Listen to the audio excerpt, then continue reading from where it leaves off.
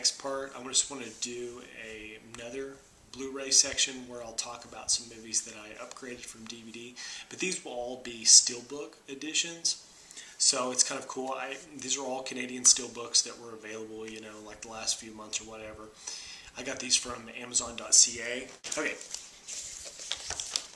And of course, these are upgrades on my original Blu-rays, but I have both Kill Bill Volume 1 and Kill Bill Volume 2, which you guys might really want to watch. I'll try not to get any glares for you guys, but yeah, really, really cool.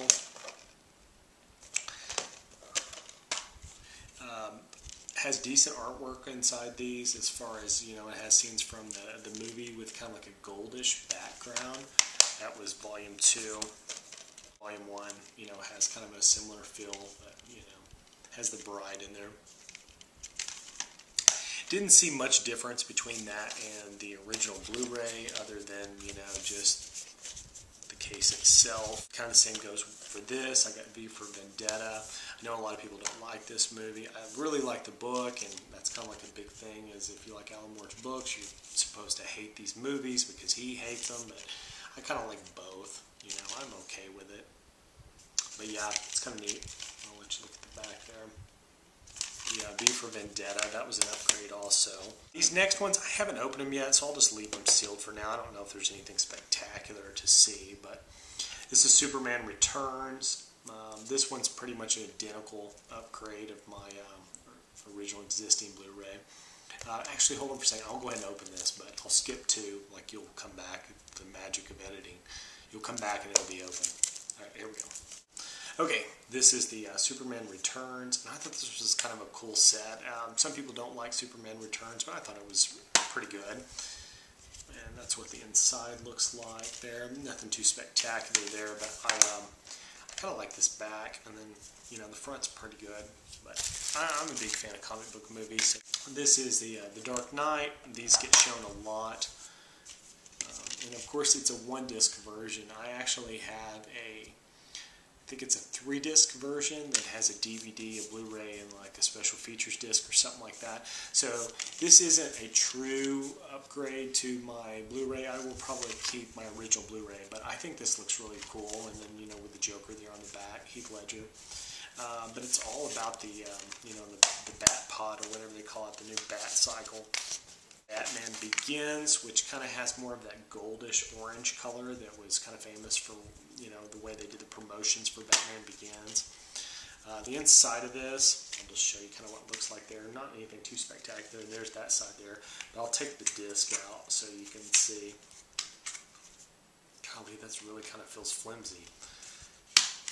But when you actually take the disc out, then you can see Batman. I don't know why they did it that way, because there's really, I mean, this is your background. There's nothing to see there. But oh well, you know, it's still a steel book, and it still looks pretty cool. So that's Batman Begins, a steel book. And I have one more, and there are a ton of these, by the way. There's probably a good 20 of them, or maybe 25 that are available, and all pretty decent movies. This one here is another one that I picked just because I really love this movie, so I was like, I've got to get this. And it kind of bugs me. Unlike any of these other ones, well, the Kill Bill has the, you know, like the Blu-ray disc logo on the top. This one does also. This is the Sin City edition. And this one is the only one that I've actually seen of any of those that's a true 2-disc. So that's something. But I think when I looked at mine, my original one that I have, the Sin City Blu-ray, it was a bigger edition with more stuff, so that's probably not a true upgrade either. More than likely, I'll probably keep my other one and have this one too, just because of how cool the case is. I'm not a humongous fan of the way they did this. I don't know if you can see this or not. I'll try to angle this in a weird way where maybe you can. But this really sticks out. It's angled. This bottom disc is angled that way. And I will take those out so you can see the artwork. But it's weird because this one is underneath this plastic section here. So when you pop this disc out, it kind of touches that. I don't know. But then you have all this plastic on top of that. But there's the interior, and that shows kind of what it looks like. I would have, in the long run, I think I would have felt more comfortable with just a disc on each side. But yeah, that's nitpicking. I mean, that's nothing, you know, too important. I mean, I can live either way with this. It's a great movie and it looks really cool. I like this. There's the front, and there's the back. So that's that, and that concludes, I believe, all my Blu-rays. Now I'll jump into the DVDs. Some of the older stuff I get, like randomly for $3 and stuff like that, you know, is like a little more off the wall. I'll show these all together. I got these at Big Lots not too long ago. I haven't watched any of these yet, although some of them I had seen before, but I had seen people showing this. This is Roadie, and I just got these not too long ago. That's the reason I'm showing them. But this is a $3 movie, and I saw Meatloaf on the back, and Roy Orbison, you know, and Alice Cooper, and a few random people, and I'm like, you know, I don't know what the hell this movie is or what the cover's about, but I was like, for $3, I'll try it. This is another cheesy looking one. I think this is from the early 90s. And I'm not for sure, but this guy that's the dad looks like the guy that played Max Headroom, so I was just like, you know what, no matter how cheesy or weird this movie is, maybe it's just like something you can goof on, you know, and watch and just kind of make fun of it. But yeah, The Day My Parents Ran Away. Here's one that I haven't seen in a long time that I used to really like.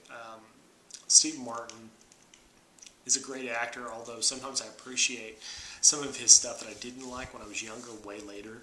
And LA Story is kind of like that. When I was younger, when this came out, I really didn't like it because I like things like Three Amigos and Planes, Trains, and Automobiles and da-da-da-da-da. And LA Story just didn't really fit in with those kinds, but when you watch it now, you can appreciate it. It's just a different kind of humor, but I really like it, you know, just for like the sarcasm and the cynicism, you know, towards Hollywood and LA, everything. But yeah, LA Story, got that. Here's the original Fog. Jamie Lee Curtis. This was the one that John Carpenter did. Actually, I haven't seen this in a long time. I think I used to have this on VHS a long, long time ago, like when I was in high school, but, you know, I'd like to watch it again for $3. And this is Breeders. For the life of me, I can't think of what this movie is. I know that I probably know, but I can't picture in my head the original VHS cover for this looked like. If I did, I could probably remember more about it, but I haven't seen this in a long time. If I've seen it, Breeders. I think it's from like 1986, and it's like a sci-fi, you know, horror type movie. Here's one I got from Vintage Stock, and I tell people about this movie every once in a while, and this is definitely one of those movies people love or they hate, and that's Bug. It has Harry Connick Jr. in it, Michael Shannon, and Ashley Judd. This is one of those movies that is notoriously, I would just like to say that I'm not saying this is a great movie, because in a way, I don't really like this movie as much as, you know, I probably should. I watched this when it very first came out, and I didn't know what to expect. I mean, you know, they were like, from the director of The Exorcist. Well, that's like high expectation right there. You just said like a mouthful of, you know, high expectation. So I go into Bug thinking it's going to be this real grandeur, you know, type of movie, and then I just immediately shut it off about 20-30 minutes in. Not physically, like I hit click, but, you know, like in my mind I'm just like, this is shit. So now when I watch it, I have a different appreciation for it because I saw it on cable a little bit later, and I realized I was getting hooked, even though like I turned it on and I was like, I don't like this movie. And then 15-20 minutes later, I'm like, I'm still watching it, I'm hooked. There is a level of tension in this movie that is well paced, and it's intentionally awkward. That's just the best way to put it. By the time it's over, you just feel like emotionally spent. If you can, you know, get that invested into it. If you don't get invested into it, you'll probably hate it, because that's the whole thing, is if you're not really buying what they're selling, then you're not going to be liking this movie from the very beginning. Yeah, I got this one at Vintage Stock, and it was $6, but then it was 50% off, so this was a $3 purchase. And I picked this one up because, and I haven't opened it yet, but it's got the slip cover on it. And here's two more I got at Vintage Stock that I'm really proud of. I found Road Games, which Road Games is from the Cult Classics series, which they did a few of these, like Chud and the Class of 1984. I can't remember what else, but Anchor Bay put these out. And it does have the slipcover, which I think all these Cult Classics ones always did, because underneath it kind of has like a regular cover. And this one's kind of a cool cover, but it's the cover from the original, I think, poster or something like that, or the one sheet from way back in the day.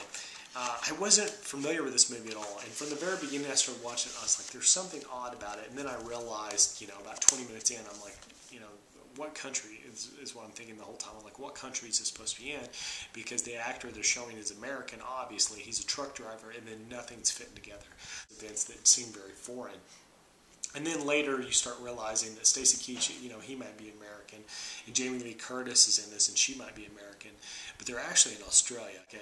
Kind of like a cat and mouse type game with them going down the road and trying to solve a murder, and it's very complicated to describe what it is, but if you like Alfred Hitchcock movies, this is definitely one to try. I don't know how easy it is to find this movie. I was actually surprised. I found that brand new, and I wish I had the plastic to show you. I got that for $9.99, which was the original asking price, and it had probably been sitting on their shelf for like 3 or 4 years, and that movie goes for like 30, 40 bucks now, so that was a really, really good find. The next movie I got there that I've been wanting to get for a long time, Guillermo del Toro.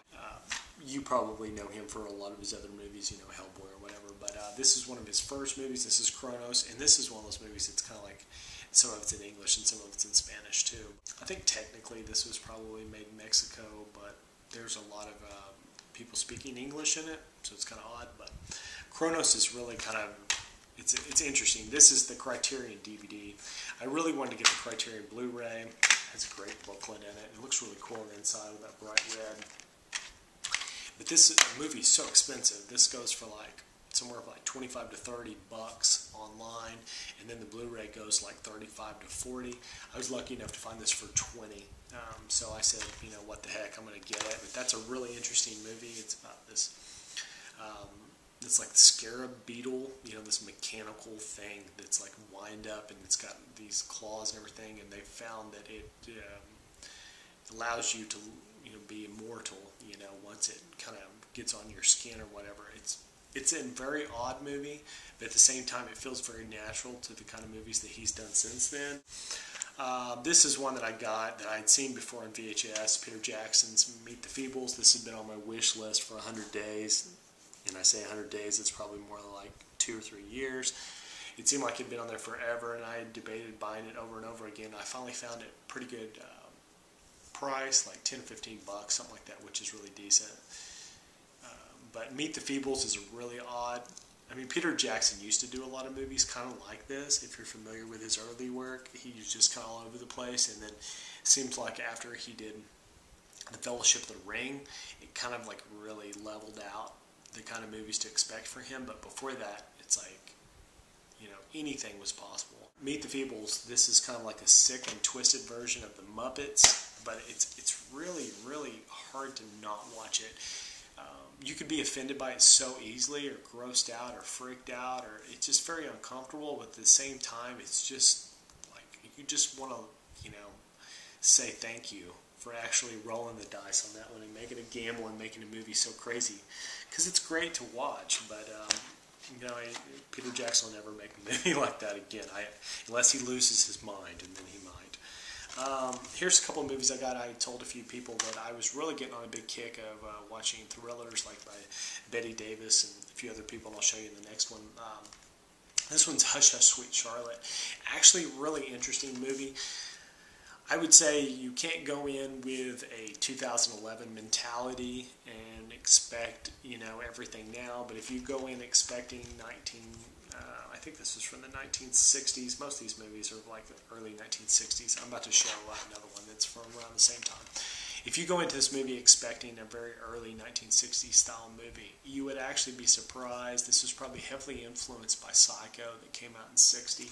But Hush Hush Sweet Charlotte stars Bette Davis, where when she was younger, she had decided to run off with a married man, and her father kind of got involved, and she came from a wealthy family, and then mysteriously at this this kind of like this ball or whatever that was being held at her house, at the family estate, she was going to meet this guy, and then he's there, but then he ends up, getting murdered, and the murder itself is a little on the shocking side, but in the early 1960s, I don't want to say anything else, I don't want to give anything away, but it's really interesting because then it goes into the modern times, and you don't really know if she's crazy or if she's a murderer or if somebody's out to get her because they're trying to kick her off her own property and take her house, but then she's got problems, you know, she's just not normal.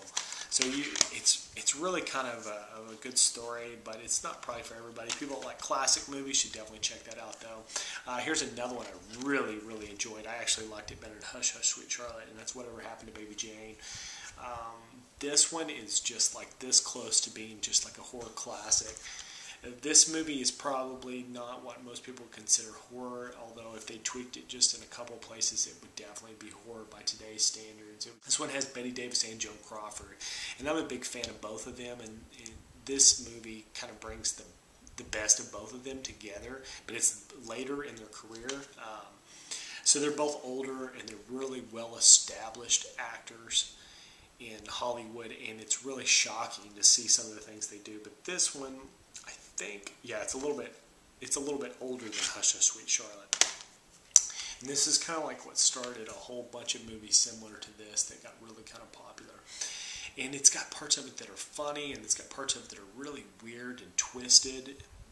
But yeah, it's like over the top. But yeah, you definitely have to see that. And it's really funny because there's this one guy that's in it, and for the life of me, I can never find his name on here, I'm sure. But there's this guy that plays Bette Davis's kind of like boyfriend or whatever. She's like kind of secretly seeing him. I wouldn't say he was really a boyfriend, but she has feelings for him, and she's meeting him and stuff. And then in this movie, he plays her father. It's very weird. But he's just a very odd character to appear in both those movies. This is a movie I got for my birthday that I'm actually kind of excited that I got. This is The Making of A Nightmare on Elm Street, a documentary. This is not any of those things, hardly. This has a little bit of a recap of some of the Nightmare on Elm Street stuff, but it's mostly, I think, just a straight plug for Nightmare on Elm Street 4. No. Yes, Nightmare on Elm Street 4. I think this is like a special that they did. It's like roughly about an hour long. It's really, I mean, it's interesting enough. It's stuff that hasn't necessarily appeared that I know of on other special features, probably because of whoever holds the right to it. But when you get these, they're like DVD-R, burn-on-demands. And if you read the description they have on Amazon and you read this title right there, it doesn't really tell you anything. And Nightmare on Elm Street makes it sound like this is like the making of the first movie or maybe the entire series, but it's neither. This says on the back of it, the making of series aired on broadcast television from 1983 to 1989 in the U.S. and was distributed to over 22 foreign countries. Okay, first of all, there's no way that this was shown in 1983. I mean, Nightmare on Elm Street hadn't even been released in theaters at that point. And then, you know, like a lot of the stuff that's so funny is this was the original title, The Making of. And they're so proud that that's a commonly used phrase now. That's actually one of their selling points is like that's his note to fame is that he started using The Making of or something. I don't know. But it's interesting enough. There's a lot of behind the scenes stuff. Where they're showing certain takes and what was used to do that special feature. And for that, I really enjoyed it. But you have to kind of take it with a grain of salt. There is no DVD menu. You insert it in your DVD player and it just starts. There's no intro. There's nothing. It's just random people standing in line going to the movies to go see Nightmare on Elm Street 4. When I put that in my DVD player, by the time I turned the TV on and then I saw what was going on, I was so lost. It was bizarre. Here's another one I got for my birthday, Josie and the Pussycats. Planet Beer Wagon got that one for me. I'm a new fan of this show. He was telling me it's good, and it's got kind of a real 90s feel to it, but at the same time, it's kind of poking fun at movies that are like this. It's really pretty funny, and there's a lot of actors. There's a lot of people that do little cameos and stuff in this. But I was actually very surprised how well this was done. I think when you see a cover like this and you think Josie and the Pussycats, you're just thinking, you know, this is another one of those movies. But it's really not. The next one I'll show is just the new Futurama. This is after they got, you know, brought back, you know, not the little episode, but the first full season, you know, of Futurama when they came back, Volume 5. I'm not a humongous fan of this packaging. I gotta admit, it seems really cheesy and just kind of, it's weak. That's the best way to put it. And let me show you this real quick. These discs right here are straight on cardboard. This isn't even like a digipack where they have plastic. This is a disc set into paper. And this is like literally not in cardboard. This is paper. The saddest part about it is I almost got this on Blu-ray, and I'm kind of glad I didn't, because I really don't even want to keep this series. I want something like the Bender Head to come out again later that'll have all these sets in it, and I'll buy that instead. But the thing that really got me the most was I went to Best Buy, and they had these, and they were just crushed, like 10 in a row crushed. And so you can just imagine that's not going to last a long time. I'm just not a big fan. In Futurama, it's like the only people I really know that Fox is putting out like that specific packaging for. The last thing I want to show is another thing I got from Ross that I'm really kind of proud of for multiple reasons. I haven't opened it yet just because I figure I'll just delve into it one of these days and just go all out Animal House. But this is the Animal House 30th Anniversary Edition box set that looks like the house. And what the hey, I'm just going to open it right now. But you know, I didn't have Animal House on DVD. I don't know why. I just decided not to pick it up, you know, a long time ago, even though like several times I thought, oh, I'd like to get that. But let me tell you a little bit what's in this, and then I'll tell you kind of what I got it for. I found this at Ross, I'll say that first. And it's got lots of like random moving parts in it. But what it has in it, gift set includes college yearbook, includes a Scene It disc, so you can play like Scene It on a DVD player. And I believe, other than that, it's just the DVD itself. So let me pull this cover off here, and this is actually full colored on both sides. And this roof section here, I don't know if you can see that from the side, but it's like a separate piece of cardboard there. But this is like really heavy stock cardboard. And then this is the yearbook. I'll show you. It's just paperback. I mean, it's not like it's, you know, really a true yearbook. It's funny. It's got lots of pictures from the movies, and people have like drawn pictures on there, you know, and just like scratched stuff out and written things in it. But this is the box, the bottom half, thick cardboard again. Here is the DVD set. Okay. Well, that's not what I expected, but yeah, here is the 2-disc actual edition, the 30th Anniversary Edition, which has just like, you know, like this is junk here. There's not like a true insert. There's disc 1 and then disc 2. Apparently disc 2 has the Scene It game, so when you put disc 2 in, Scene It is just one of the features. But now let's get to the part where I bought it. I looked this up, and it's roughly going for like originally it was probably like $30 or something crazy like that, but you could get them for like 15, 20 now. I got up there and it was not marked, and the lady at Ross didn't have anything to go by. She pulled out some big book and it just said like generic DVD something, and she scanned the deal and it was $5.99. So I actually got this brand new for $5.99, and you actually saw me open it. It's not like all chewed up or broken or anything. I thought that was a pretty cool, you know, box set if you're a big fan of Animal House. All right, that's it. I'm going to do a little bit of news here at the end, and then that's the end of my video.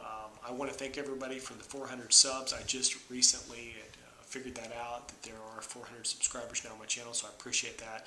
You guys are the best. I do have the collab channel that I'm working on. I'm trying to stay pretty steady over there, and you know, over here I'm mostly just doing DVD videos anyway, but I do try to plan some interesting stuff here and there. As part of an appreciation for the 400 subs, I want to try to do a contest, but I'm also doing like a skit video that I'm going to be doing on the collab channel, which that's the YouTube Refugees, which I'll put a link down below just in case you're not familiar with that one. But I do some movie related stuff over there, but I do like movie and comic book and just random out and about type videos. It's more general. But over there, I'm actually going to try to do a skit video pretty soon, like, you know, like a zombie style video. That's the kind of like the theme for the month. So if you guys want to check that out, that's kind of like an appreciation for you guys too. That was kind of where the inspiration came from. I thought, you know, I got to do something for the 400 subs. I need to do something bigger over there too, and I could come back here and do something else. But I do want you guys to realize that I will do some kind of contest pretty soon. I'll have to try to figure out some kind of prize that I can, you know, get for you guys, but probably something cool if I can. I've been trying to up the ante each time, you know, with 100, 200, 300, 400 and everything. But with 400 subs, you know, it's a great accomplishment. I really appreciate it. I'm actually surprised that I have the subs I do, so thanks you guys. That's probably about it for now. Just keep checking back, and I'll probably have another video pretty soon with something else. All right, take care, guys. Bye.